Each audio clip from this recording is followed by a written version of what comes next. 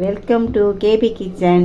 இன்றைக்கி நம்ம மரவள்ளிக்கிழங்கு புட்டு பார்க்கலாம். இந்த மாதிரி நல்லா திருகி வச்சுக்கணும். தோலாக சீவிட்டு நல்லா கட் பண்ணி நல்லா திருகி வச்சுக்கணும். இப்போ இட்லி பாத்திரம் வச்சு இப்போ தண்ணி ஊற்றிக்கலாம். இட்லி தட்டில் லைட்டாக எண்ணெய் தெளிக்கணும், அப்போ தான் ஒட்டாமல் வரும். தண்ணி கொஞ்சம் காயணும். காஞ்சி ஆவி வந்த பிறகு நம்ம இந்த திருகி வச்சு தான் அது உள்ளே வைக்கணும். தண்ணி காஞ்சிடுச்சு. இப்போ பாருங்கள், இந்த மாதிரி வச்சிடலாம் இட்லி பாத்திரத்தில்.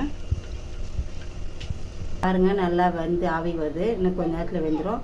அதுக்குள்ளே நம்ம தேங்காவை திருவி வச்சுக்கலாம். இப்போ நம்ம தேங்காவை திருவிக்கலாம். இப்போ வெந்துருச்சா பார்க்கலாம். பாருங்கள், ஸ்பூன் எடுத்து இப்படி கிளறி பாருங்கள். பாருங்கள், நல்லா வெந்துருச்சு. தேவையான அளவு சர்க்கரை போட்டுக்கோங்க. இப்போ திருவி வச்சு தேங்காவை போட்டுக்கலாம்.